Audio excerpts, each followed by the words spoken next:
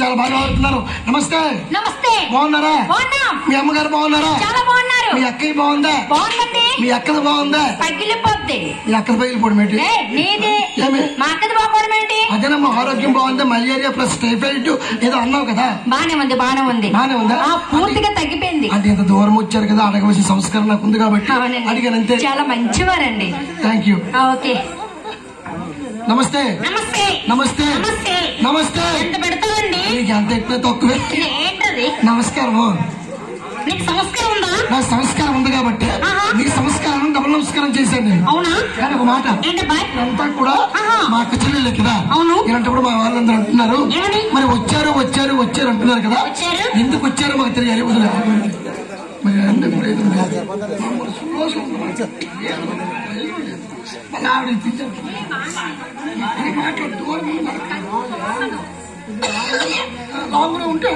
ఆడుతూ పాడుతూ కథాంశం తెలుసుకోవాలి కాబట్టి ఎన్నోసార్లు చెప్పాను.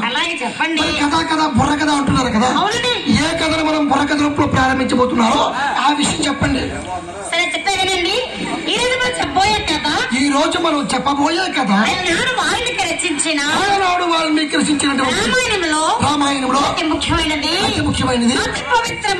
చాలా చాలా పవిత్రమైనది శ్రీ శ్రీ శ్రీ సీతారామ కళ్యాణం. ఓ సీతారామ కళ్యాణం అనే కథని ఈ రోజు ఈ వేదికపై మన బుర్రకథ రూపంలో చెప్పుకుంటున్నాం. బుర్రకథ రూపంలో చెప్పాలనుకుంటున్నారా? అయితే ఒక మాట చెప్పాలంటే బుర్రకథ కార్యక్రమంలో చిన్న చిన్న జానపద గీతాలు, పాటలు, ఉషారెక్కించే పాటలు. శాంతరాయ్ గారు, నీకు అన్ని ఉంటాయి. నాకన్నీ ఉంటాయా? పాటలన్నీ పాడి వినిపిస్తారా? అన్ని రకాల పాటలు ఉంటాయి. ఆధారంగా తీసుకుని జోడిస్తే జోడిస్తే బుర్రకథ అవుతుందండి. ఓ బుర్రకథ అవుతుందా? అమ్మాయి, నవరసాలు అన్నారు కదా, 8 రసాలు మీరు ఉంచుకొని ఆ 1వ రసం నాకు ఇచ్చిస్తే రకం నీ పాడి వినిపిస్తానమ్మా. పాడాలా? వింటారా? అందరికీ నమస్కారం అండి. ఈ 3 అమ్మాయిలే కాదు, నేను కూడా మంచి పాటలు పాడగలను. శ్రీకాకుళం జిల్లా పాట పాడతాను, ఇప్పుడు వేసుకోండి.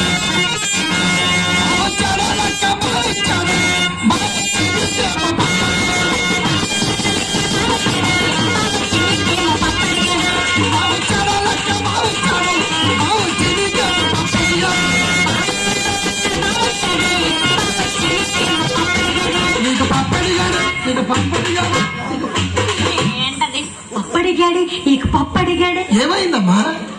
బావొచ్చాడో లక్క, బావొచ్చాడే, బావొచ్చి నీకేమో పప్పడిగాడే. నీకాడు ఇది నవ్వించుకో, నాకెందుకు చెప్పడం? మరీ బాగుంది. నాకు వచ్చిన పాటలు పాడాను.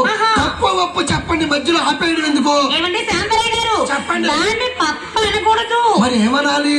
అట్టు అనవలను. ఓహో, అట్ట. అవును. చూడమ్మా, మా అమ్మమ్మ మా నానమ్మ కాలంలో చదువుకునే వాళ్ళు తక్కువ కాబట్టి ఎప్పుడు కూడా సోడి పిండి పప్పే అనేవాళ్ళం మేము. ఇప్పుడైతే అందరూ అమ్మాయిలు కూడా చదువుకుంటారు కాబట్టి, మన పిల్లలు కూడా చదువుకుంటారు కాబట్టి స్టైల్గా అట్టు, పానీపూరి, నూడిల్స్, మ్యాగీ ఊపేంటి అంటారు అనమాట. అయినా అట్టు అట్టే పప్ప పప్పే. అట్టు అన్న పప్ప అన్న ఒకటే. కాదు, వేరు వేరు. సరే అడగనా? అడుగు. అట్టు అంటే ఏంటి? అట్టు అంటే అంటే చిన్న చెల్లిలాగా నాజుగ్గా స్టైల్ గా పలాసగా ఉంటది అనమాట. అవునా? మరి పప్పు అంటే నీలాగా దెబ్బగా ఉంటది.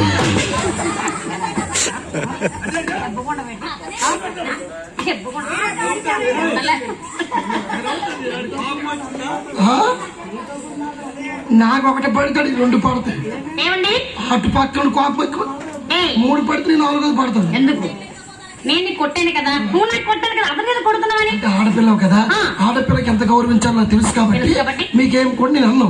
వాళ్ళు కొడతాను, వాళ్ళు మీకు చెప్తారు, మీరు మంత్రాలు చేసుకుని స్టైల్ గా తయారు వచ్చేది అనమాట. నా పాట ఎలా ఉంది?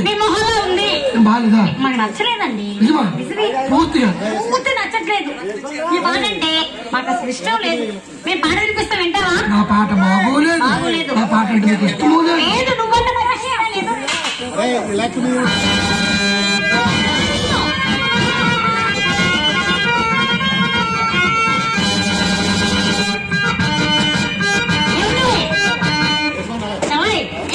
వాడు పాట మనకి ఇష్టమే చలాయి, మన పాట వినిపిద్దామా? వాడి పాటే కాదు, వాడన్నా సరే అసహ్యమే, ఎవరైనా ఇష్టం లేదు.